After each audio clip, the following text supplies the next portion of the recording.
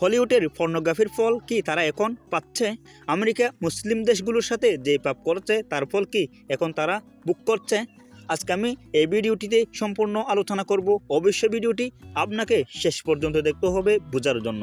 মার্কিন যুক্তরাষ্ট্র 7 অক্টোবর থেকে 2023 সালে গাজায় হামলার জন্য ইসরায়েলকে বিলিয়ন বিলিয়ন ডলার দিয়েছে।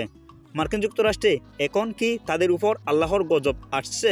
সেই অজ্ঞাত প্রমাণ হলো লস অ্যাঞ্জেলেস শহরটি এখন ক্যালিফোর্নিয়ার দাবানলে ধ্বংসস্তূপে পরিণত হয়েছে। প্রশাসন সতর্ক করেছে যে আগুনের পরিণতি আরও ভয়াবহ হতে পারে। ঘনবসতিপূর্ণ সান ফ্রান্সিসকো উপত্যকায় আগুন দ্রুত ছড়িয়ে পড়ছে, যেখানে কয়েক মিলিয়ন মানুষ বাস করছে।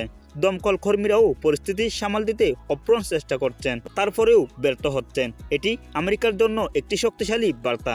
যুদ্ধ এবং ধ্বংসস্তূপের মধ্যে অন্যদের ক্ষতি করার পরিণতি আজ তাদের নিজের কাঁধে পড়ছে। গাজায় মৃত্যুর সংখ্যা প্রায় 45,000 ছড়িয়েছে। আহত হয় লাখ লাখ মানুষ। লাখ লাখ মানুষ ফিলিস্তিনেও ঘরবাড়ি ছাড়া হয়েছে। আল্লাহ আমেরিকার অন্যায় বিচার সহ্য করছেন না। আমেরিকার এই শক্তি আর কতদিন থাকবে? হয়তো একদিন আমেরিকা নামটাই মুছে যাবে পৃথিবীর বুক থেকে। অন্যদিকে যে আমেরিকা জাপানের সাথে পাপ করছিল, সেই আমেরিকা জাপানের হিরোশিমা ও নাগাসাকিতে পারমাণবিক বোমা ফেলেছিল। সেই আমেরিকা এখন নিজেই প্রকৃতির বিধ্বস্তি প্রতিশোধের শিকার। ক্যালিফোর্নিয়ার দাবানলের কারণে লস অ্যাঞ্জেলেস শহর এখন ধ্বংসস্তূপে পরিণত হয়ে গেছে। আগুন প্রায় 24,000 একর জমি সম্পূর্ণ পুড়ে গেছে। প্রশাসনের মতে আগুনের আরও 14,000 একর জমি পুড়ে গেছে বলে দাবি। আগুন এখন পর্যন্ত 12,000-টিরও বেশি কাঠামো ধ্বংস করেছে এবং অর্থনৈতিক ক্ষতি প্রায় 150 বিলিয়ন ডলারেরও বেশি। ঘণ্টায় 96 কিলোমিটার বেগে বয়ে যাওয়া বাতাস আগুনকে আরও তীব্র করছে। লক্ষাধিক মানুষ ঘরবাড়ি হারিয়ে ত্রাণ শিবিরে অমানবিক জীবনযাপন করছে। যারা বিলিয়নিয়ার ছিল আজ তারা পথের ফকির।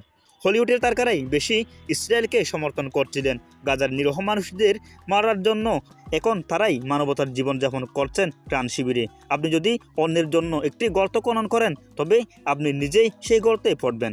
একটা কথা আছে, একের পর এক যুদ্ধ করে বহু দেশকে বিধ্বস্ত করা বিশ্বের শক্তিশালী সামরিক শক্তির হিসাবে পরিচিত যুক্তরাষ্ট্র এখন অসহায়। বিলিয়ন বিলিয়ন ডলার এবং সর্বাধুনিক প্রযুক্তি খরচ করেও ফায়ার ব্রিগেডাররা বনের আগুন নিয়ন্ত্রণে ব্যর্থ হয়েছে।